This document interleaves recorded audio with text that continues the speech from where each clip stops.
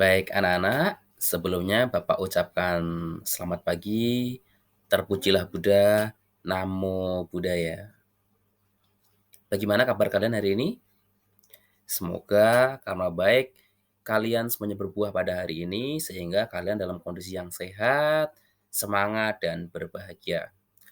Anak-anakku semua siswa kelas 9, minggu lalu kalian sudah mencatat ya, bab 6 yaitu materi hidup damai. Nah sekarang Bapak mau menjelaskan sedikit ini anak-anak ya mengenai materi tersebut. Kalian juga bisa membaca materi tersebut dalam buku paket Ehipasiko kelas 9 ya, yang mana di bab 6 judulnya adalah hidup damai. Baik, anak-anak, mari kita mulai ya. Harap diperhatikan dengan baik dan coba diingat-ingat ya. Kalian juga bisa sambil mencocokkan, sambil melihat referensi dari catatan yang sudah kalian buat, yang sudah kalian catat minggu lalu, ya. Nah, slide pertama anak-anak, hidup damai pasti diimpi-impikan oleh semua makhluk, tidak hanya manusia. Hewan pun pasti menginginkan yang namanya hidup damai. Nah, kita sebagai manusia yang sudah mengenal Dhamma ajaran Sang Buddha, mungkin ada yang sudah dari kecil sudah belajar Dhamma, ketika masih dalam kandungan sudah beragama Buddha, atau yang beragama Buddhanya baru-baru ketika SD kelas atas atau baru SMP nggak ada masalah. Ya, pada dasarnya siapapun mereka, apakah mereka yang beragama Buddha ataupun mereka yang non Buddha, pasti mereka menginginkan hidup damai. Setuju ya?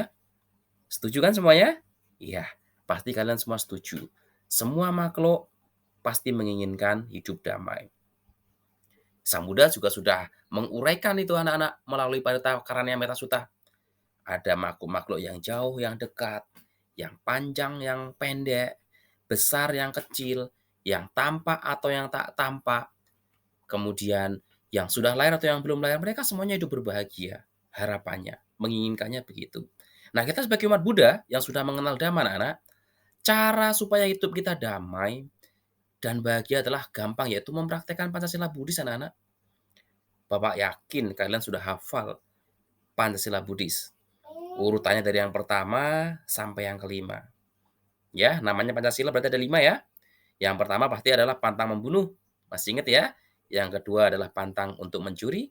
Yang ketiga adalah pantang berbuat asusila. Yang keempat, pantang untuk berbohong. Dan yang terakhir adalah pantang untuk mabuk-mabukan. Bapak yakin kalian sebagai siswa kelas 9 pasti gampang untuk menerapkan itu dalam aktivitas sehari-hari. Nah, sekali lagi anak-anak, ajaran Sang Buddha itu tidak hanya untuk dipelajari saja, tetapi jauh lebih bagus kalau dipraktekkan. Ya, kalian mau mempraktekkan ajaran Sang Buddha dengan mempraktekkan Pancasila, pasti hidupnya berbahagia. Nah, berikutnya anak-anak, yaitu adalah hidupnya menderita.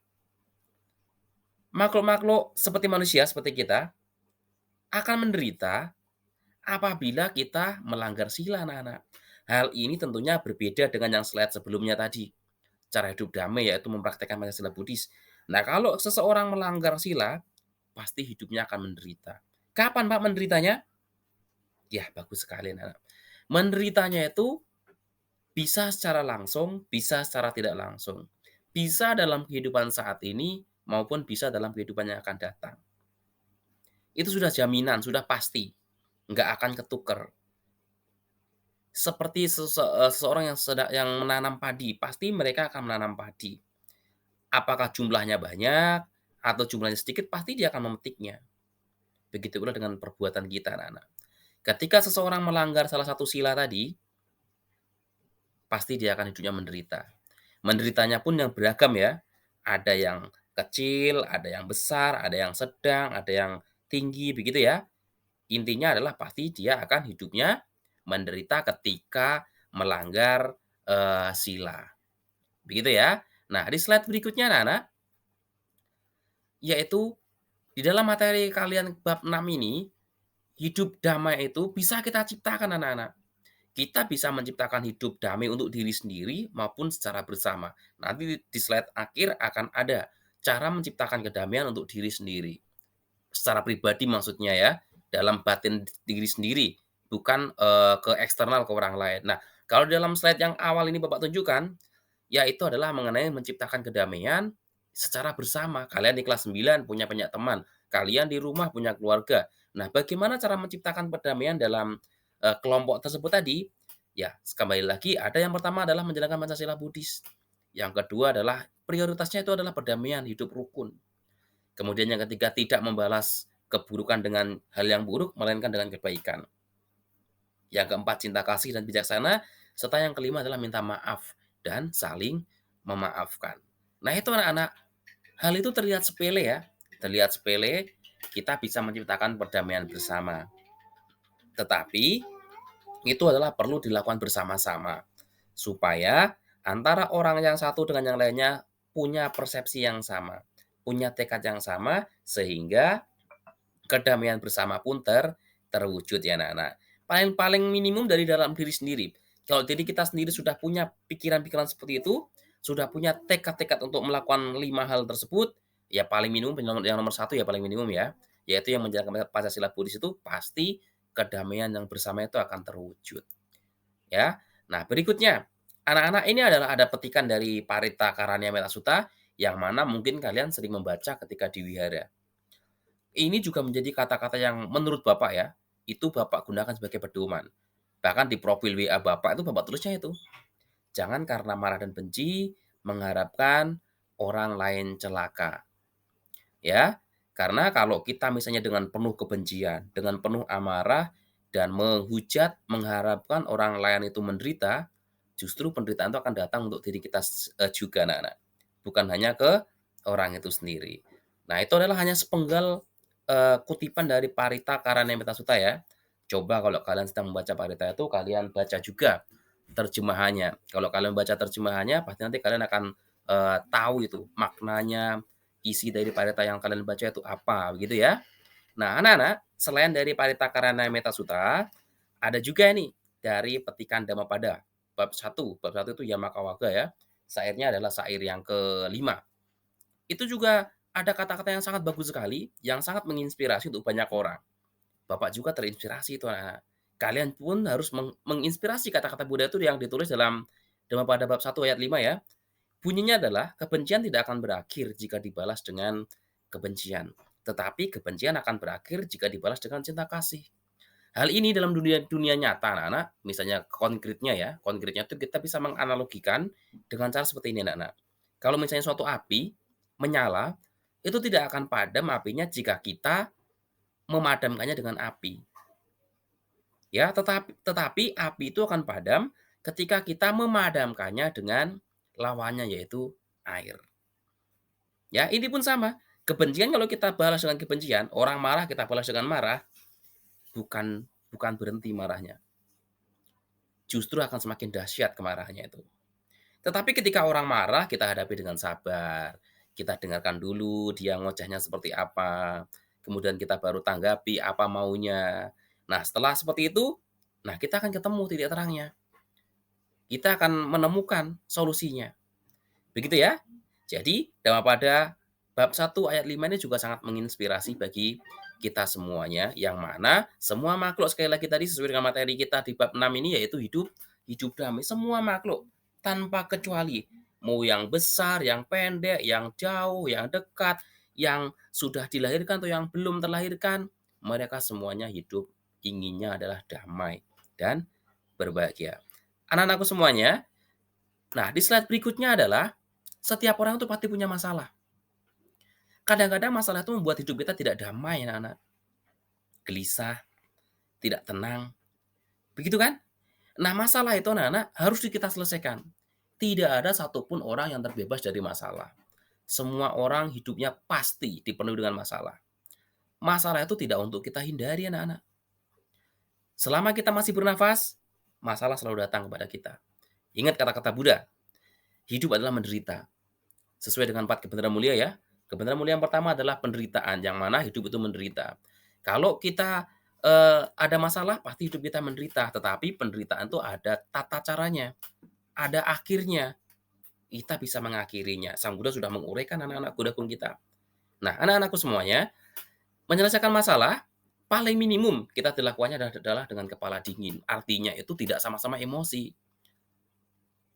Ya, ketika ada masalah kita harus merenung. Kita lihat dengan baik masalahnya, sumbernya kenapa, dan juga cari tahu solusinya. Tentunya dengan kepala dingin, dengan cinta kasih yang kita punya dalam diri kita, kita harus kembangkan juga. Dan tentunya dengan bijaksana. Bijaksana artinya jangan sampai menyelesaikan masalah ini dengan cara merugikan. Merugikan baik untuk diri sendiri maupun merugikan untuk orang lain, untuk orang sekitar kita, jangan sampai. Setiap masalah pasti ada solusinya, pasti itu anak-anak. Ibaratnya itu, dulu saya pernah mendapatkan, apa ya, wejangan dhamma dari guru bapak, seorang biku, beliau mengatakan begini, "Dalam menyelesaikan masalah, kalian bisa mencontoh aliran air." Ya, aliran air itu yang di sungai tentunya ya, ini contohnya ya, aliran air air di sungai tidak akan pernah berhenti, tidak akan pernah mampet. Aliran air itu pasti yang di sungai akan selalu mencari celah kemanapun yang bisa dilalui. Sekecil apapun celahnya dia akan dilalui. Nah, begitu pula ketika masalah datang, contohlah air sungai, dibilang gitu, Bante tersebut ngomong ke saya. Contohlah sungai itu, pasti dia akan menemukan celah-celah kecil. Tidak mungkin aliran di sungai itu langsung mampet, nggak mungkin. Pasti akan ada solusinya. Ada celah-celah kecil yang bisa tetap dilalui, sehingga air tersebut tetap bisa mengalir. Nah itu anak-anak, itu contohnya. Jadi setiap masalah pasti ada solusinya. Kita harus memutar ke otak kita, harus mencari solusinya. Dan solusinya itu harus solusi yang terbaik, bukan asal-asalan juga. Yang penting saya happy, yang orang lain nggak happy ya EGP, biarin, jangan ya. Nah, anak-anakku semuanya, di slide berikutnya adalah tadi, yaitu menciptakan kedamaian dalam diri. Tadi yang di depan, slide di depan tadi adalah untuk menciptakan kedamaian dalam lingkungan bersama, sekarang dalam diri sendiri. Bagaimana sih cara menciptakan kedamaian, cara menciptakan hidup damai dalam diri sendiri itu? Yang pertama anak-anak adalah kita harus memiliki hati yang baik, jauh dari menyesal. Supaya kita nggak menyesal bagaimana, Pak? Ya tadi anak-anak, ketika kalian sebelum melangkah, sebelum kalian berucap, sebelum kalian bertindak, harus disertai dengan pikiran yang benar. Pikirannya harus benar dulu, hatinya harus benar dulu. Kalau pikirannya benar, ucapannya juga akan benar. Kalau ucapannya benar, tindakannya pun pasti benar. Sehingga ketika pikiran benar, ucapan benar, tindakan benar, maka tidak akan ada penyesalan seperti yang dilakukan Sang Buddha sendiri anak-anak. Sang Buddha itu selalu melakukan segala sesuatu disertai dengan pikiran, ucapan, dan perbuatan benar. Sehingga apa yang dilakukan oleh Guru Agung kita Buddha Gautama tidak ada yang menimbulkan penyesalan. Ya, nah, berikutnya anak-anak, selain kita memiliki hati yang baik dan tidak menyesal, kita juga harus selalu memaafkan diri kita sendiri anak-anak. Jangan sampai anak-anak, kalian tuh menghujat diri kalian. Karena kesalahan yang pernah kalian lakukan, terus kalian menghujat, "Aduh, saya ini bodoh sekali. Kenapa sih saya bodoh sekali ini bisa sampai begini begini begini?" Kenapa sih nggak usah begitu. Kita harus introspeksi diri, ketika kita sudah menemukan masalah dalam diri kita, introspeksi itu kan untuk mencari masalah di dalam diri kita sendiri kan, mengoreksi diri kita sendiri. Ketika sudah ketemu masalahnya, ya sudah kita renungi dan kita mencoba untuk melakukan yang terbaik, tidak akan mengulangi kesalahan yang sama lagi, ya. Nah, kemudian yang ketiga adalah kita tidak jahat dan kita harus sungguh-sungguh dalam melakukan segala sesuatu. Yang paling penting yang keempatnya juga sama ini, mempunyai kecukupan hati. Jangan sampai kita serakah. Serakah itu tidak akan pernah damai hidupnya anak-anak. Orang yang serakah akan selalu kurang, kurang, kurang, dan kurang. Ya, tidak akan pernah cukup kalau orang serakah. Makanya kita sebagai yang sudah belajar dhamma, mengenal ajaran Sang Buddha, jangan sampai kita menjadi orang yang serakah anak-anakku. Nah, yang kelima adalah kita sering-sering meditasi. Ketika kita sering meditasi ini anak-anak, kita akan membuat pikiran kita menjadi adem, menjadi tenang. Hati kita itu tenang anak-anak kalau kita meditasi. Yang sifat-sifat buruk dalam diri kita, kita bisa endapkan. Ketika sifat-sifat buruk mengendap, maka kita akan hidupnya semakin bahagia. Ya. Nah, anak-anakku, di slide berikutnya adalah mengenai, manfaat dari berbuat baik. Tentunya anak-anak, berbuat baik itu adalah menjadi, salah cara hidup yang paling bagus untuk menciptakan kebahagiaan, kedamaian. Manfaatnya sangat banyak sekali, ya. Yang pasti yang pertama adalah mendatangkan kebahagiaan bagi diri sendiri dan orang lain. Itu yang utamanya. Itu adalah tujuan dan manfaat dari berbuat baik. Kalau kita berbuat baik, pasti kebahagiaan itu akan ada pada diri kita. Kapanpun, dimanapun kita berada, pasti akan senantiasa hidupnya bahagia, ya. Yang penting kalian terus berbuat baik saja, pasti kebahagiaannya akan selalu mengikuti, pasti manfaatnya akan kalian dapatkan setiap saat. Anak-anakku yang hebat semuanya, sebagai, umat Buddha, supaya kita hidupnya damai, kita juga harus bisa berjiwa besar anak-anak, ya. Berjiwa besar itu bagaimana, Pak? Berjiwa besar itu yang pertama adalah kita harus berani. Berani untuk meminta maaf ketika kita berbuat salah, dan mengakui kesalahan kita kalau kita telah berbuat salah. Jangan saling menunggu, minta maaf tidak mau, berbuat salah tidak mau mengakui kesalahannya tapi mencari kambing hitam, jangan juga anak-anak. Kita harus berjiwa besar seperti para pahlawan, berani mengakui kalau memang salah, berani meminta maaf ketika sedang bersalah. Dan kemudian kita juga harus ketika sudah berani mengakui kalau kita salah, berani meminta maaf kalau kita berbuat salah, kita harus bangkit dari hal itu. Ya, kita tidak akan mengulangi perbuatan yang sama kalau berbuat salah dan kita harus bangkit dari keterpurukan. Biasanya kalau kita sudah berbuat salah itu karena ada rasa canggung, malu, begitu ya. Tapi kita harus bangkit dari hal itu. Yang lalu biarlah berlalu. Yang penting kita harus, berubah, dari diri kita ini harus berubah anak-anak. Jangan sampai mengulangi kesalahan-kesalahan yang sama tersebut. Dan yang ketiga itu, nah ini yang tadi Bapak sampaikan, kita tidak jangan jangan sampai kalian tuh selalu menyalahkan diri kalian sendiri, ya. Jangan sampai terhadap masalah yang kalian alami itu ya kalian harus merenungi tadi, "Kenapa bisa seperti ini ya?"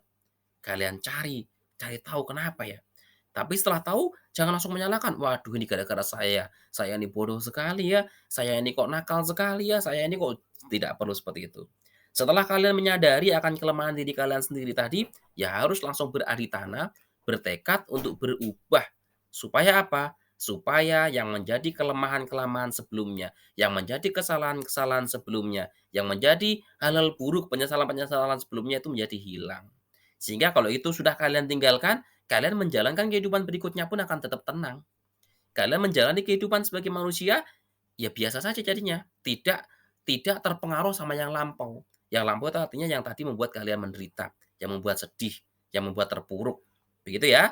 Jadi jiwa besar ini harus kalian miliki anak-anak, ya. Harus berani meminta maaf ketika kita bersalah dan mengakui kesalahan kalau kita salah. Karena kita bersosial di masyarakat, tidak luput dari kesalahan anak-anak.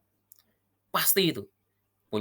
Sesama teman kalian mungkin ada yang berbuat salah, ya wajar, sangat wajar sekali, ya. Jadi kita harus memiliki jiwa besar, kita harus melatih dari sekarang.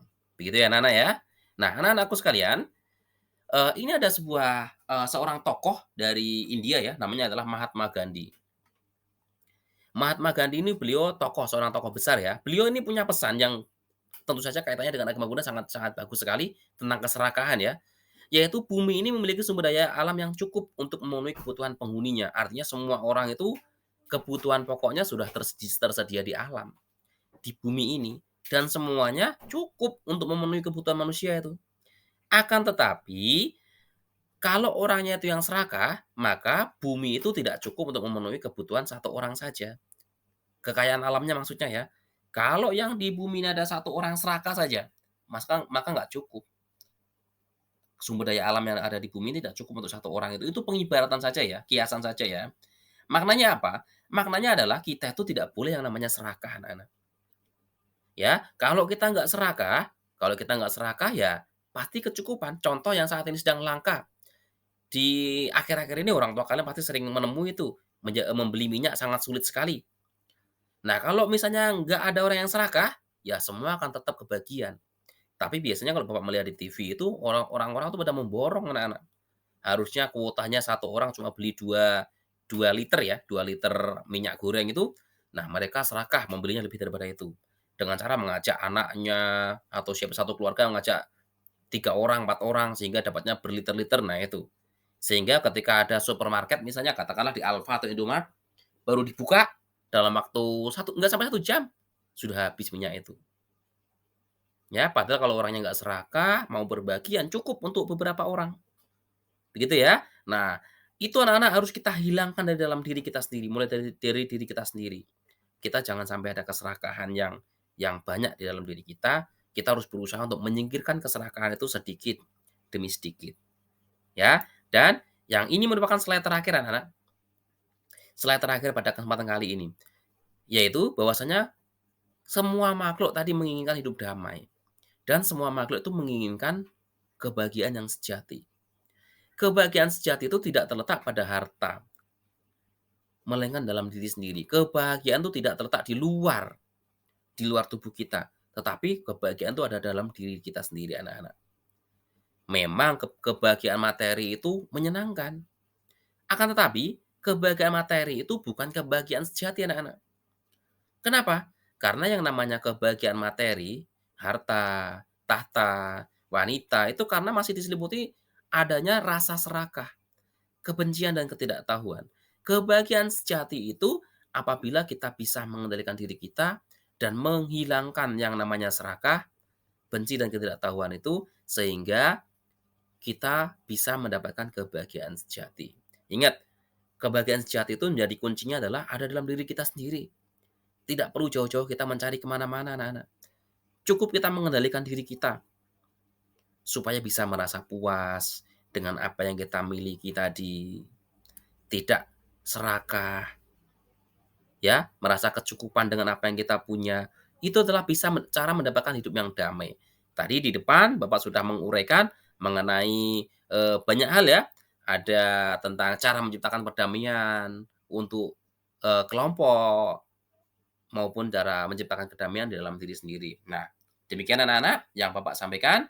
Semoga, dengan Bapak jelaskan ini menambah pengetahuan bagi kalian semuanya dan pengetahuan tersebut akan jauh lebih bermakna jika kalian menerapkan, kalian mempraktekkan dalam kehidupan sehari-hari kalian. Terima kasih anak-anak atas perhatiannya. Bapak ucapkan terpujilah Sang Buddha. Namo Buddhaya.